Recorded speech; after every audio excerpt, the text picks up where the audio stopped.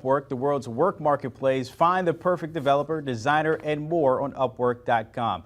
Our Matt Norlander tapping in this morning, and we start with the Zags, of course, capturing another conference title. But big picture here, Matt, is this the year they get it done and win a chip, the national title?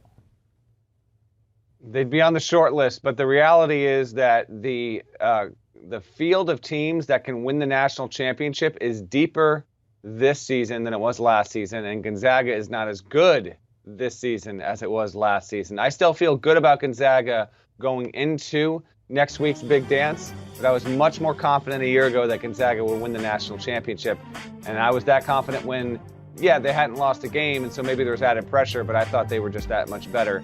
You can see the odds here, how all these teams are, relatively close.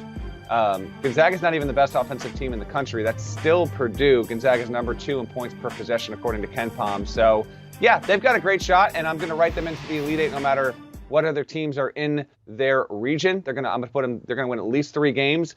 But, is this the year they're going to get it done? They can. Drew Timme, Chet Holmgren make for a great one, too, and you saw how well-rounded they were on Tuesday night. But it will actually be a steeper climb this year than it was last year. All right, of course, we all thought the same thing as you, but then they ran into Baylor in that national championship game. But if we're looking at the West Coast Conference as a whole, outside of Gonzaga, is it safe to say that St. Mary's, BYU, and San Francisco all get the green light to dance this year? It's not safe to say that. St. Mary's is in. It'll wear home whites in the first round. St. Mary's will be a 5 or a 6 seed. San Francisco is in. I would have San Francisco on the 9 line. It wouldn't surprise me if we saw the Dons on the 10 line when we got Selection Sunday. But you know what? Todd Golden's got that program to the NCAA tournament for the first time in 24 years. Incredible. BYU I do not have in the field, and I don't think BYU is getting into the field. It wouldn't stun me if they did, but I think we're going to have at least 1 or 2 bid thieves later this week, and the Cougars just don't have enough. They're sub 500 in quad 1 and quad 2 overall. They've got a quad 4 loss, a bad one. So at 20-10, they've got a decent case. I would put other teams, like one we're going to mention in just a minute, like a Wake Forest, ahead of them right now. And you can even make the argument that Wake Forest, is it teetering right there? Is it just in? Is it just out? So while we talked about a 4-bid WCC all season long, and still it's possible, I mean, I could be wrong, but personally, I don't think BYU is going to get in. All right, so maybe 3 out of the WCC. You mentioned the ACC and Wake Forest. They're teeter-tottering, trying to survive in advance. If you're looking at the conference, who else can maybe punch your tickets here?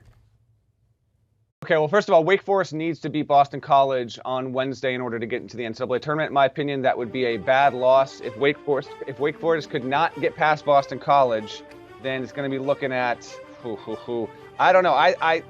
Palm's got them out right now. They're 39th in the net as we speak. 1-4 in quad 1, 4-3 in quad 2. They've got a quad 3 loss. I suggest Wake doesn't lose. And then the rest of the bracket here, Virginia Tech's the only bubble team.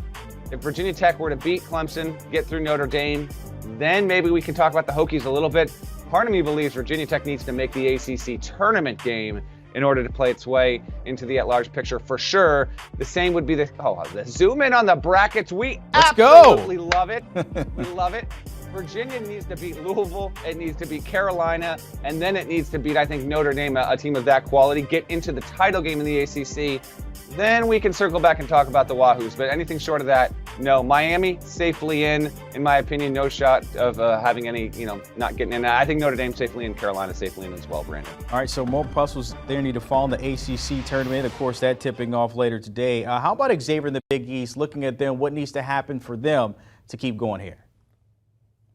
So if Xavier loses to Butler, I think that's going to spell some doom for the Musketeers. I'm not as strong on their chances as others. By the way, you see Oregon in that graphic. Oregon's got to make the Pac-12 tournament game at minimum. I would say Oregon's got to win the whole thing. But as for Xavier, here's the resume details right now. 18-12. Oh boy, 5-9 in quad 1, 4-2 in quad 2, 5-1 in quad 3. It's been bad down the stretch. Your reminder, your final 10 or 12 games does not matter for your selection or seeding. Sometimes people think that. It was the case 15 years ago for selection criterion. It's not anymore. I would recommend that Xavier not lose this game against Butler. That's a quad 3 loss if it were to happen. That would be highly damaging to the resume. Beat Butler, and I think Xavier squeaks in 2 wins, and it's not even a doubt. So we do have a game of real bubble consequences there. Xavier versus Butler at MSG. I won't be there on Wednesday, but I will be in the Garden, and I will be at Barclays Center for CBS and HQ once we get to Thursday. In the second half of that, Oregon, you mentioned not a fan of them, but do they have a chance of maybe winning the Pac-12 tournament there based on what we've seen so far this season from them? They have a chance, but it's a very long shot. I mean, Oregon right now, the first game it absolutely should win. Oregon State's atrocious. Oregon's 80th, though, in KenPom. 80th with an 18-13 record. Got to get past Oregon State, beat Colorado, beat Arizona. I still don't think it's going to be enough. I don't. Right now, the team sheet metrics, overall, Oregon's best team sheet metric, it's 40. I don't know. It's 46 in Sagarin. I don't think that's enough. I mean, they're 73rd in the net. They're 78 in strength of record. And I'll wrap this up by talking about BYU in the back end. Like, Oregon doesn't have a really good, one individually good team sheet metric.